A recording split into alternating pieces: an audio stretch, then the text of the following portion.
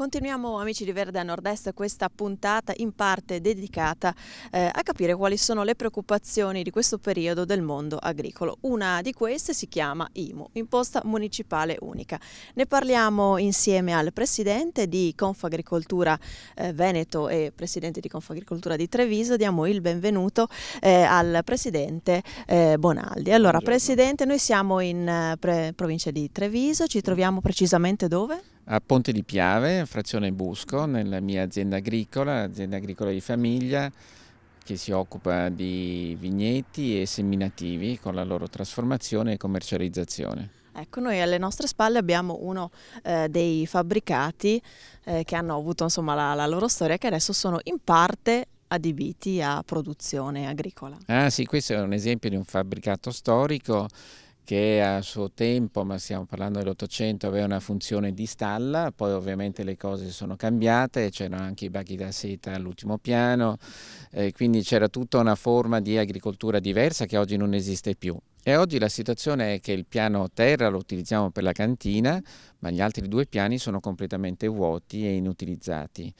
Inutilizzabili anche da un certo punto di vista perché sono volumetrie che oggi non hanno più molto significato, ma anche la modifica interna diventa impossibile.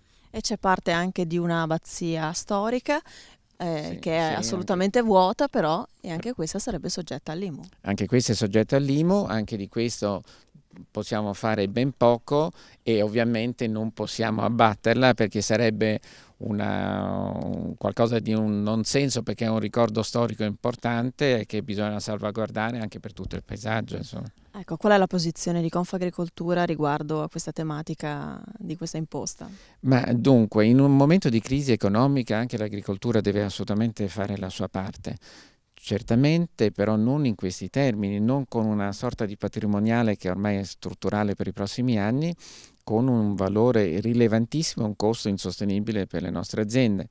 Noi stiamo parlando di una quintuplicazione in alcuni casi dell'ex ICI, possiamo parlare in questi termini, che attualmente le aziende non possono sopportare.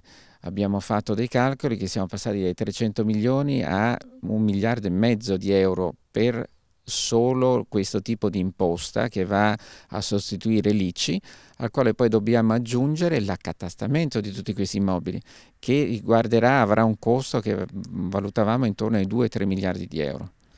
Che cosa chiedete al mondo delle istituzioni? Di capire quali sono le nostre esigenze, di sapere che noi vogliamo partecipare in qualche modo alla ricostruzione della nostra Italia, però non in questi termini. Devono attenuare questa imposta, capire dove stiamo andando e ridurre in qualche modo questi importi. Quindi non è che l'agricoltura non voglia fare la propria No, parte, assolutamente Presidente? no, noi la vogliamo fare, siamo determinati a farla, però la dobbiamo fare per quello che ci può essere attribuito, nel senso non possiamo avere dei costi così forti che rischiano di farci chiudere le aziende. Allora non si tratterà più di IMU, ma si tratterà proprio di un valore complessivo che viene perduto. Quindi a rischio non c'è la competitività dell'azienda, c'è proprio l'esistenza stessa delle aziende. L'esistenza stessa di alcune aziende viene messa in pericolo, perché questi costi vanno a incidere su un settore che è già molto sensibile in alcuni comparti e non è veramente sostenibile. Ce lo potete chiedere un anno, ma non per tutta la prossima vita lavorativa delle aziende. Ecco. Di questi giorni è la notizia di un'apertura da parte del Ministro all'Ambiente Clini nei confronti degli OGM. Finalmente un ministro che riparla di un argomento senza pregiudizi e cerca di mettere all'interno di una discussione un problema vero di competitività delle nostre aziende, soprattutto per chi produce seminativi. Quello che mi dispiace è vedere subito che rispetto a un ragionamento che mi sembra molto logico e approfondito ci siano subito delle avversioni pregiudiziali sull'argomento anche da parte dei nostri politici regionali che francamente non riesco a condividere. Noi dobbiamo sapere qual è la realtà di questi organismi geneticamente modificati, che benefici ci possono portare, e in questo senso il ministro Clini ha parlato in maniera estremamente positiva dal nostro punto di vista, e su questo noi vorremmo fare un ragionamento aperto alla discussione, ma senza pregiudizi sull'argomento, e soprattutto cercando di informare e non di disinformare l'opinione pubblica.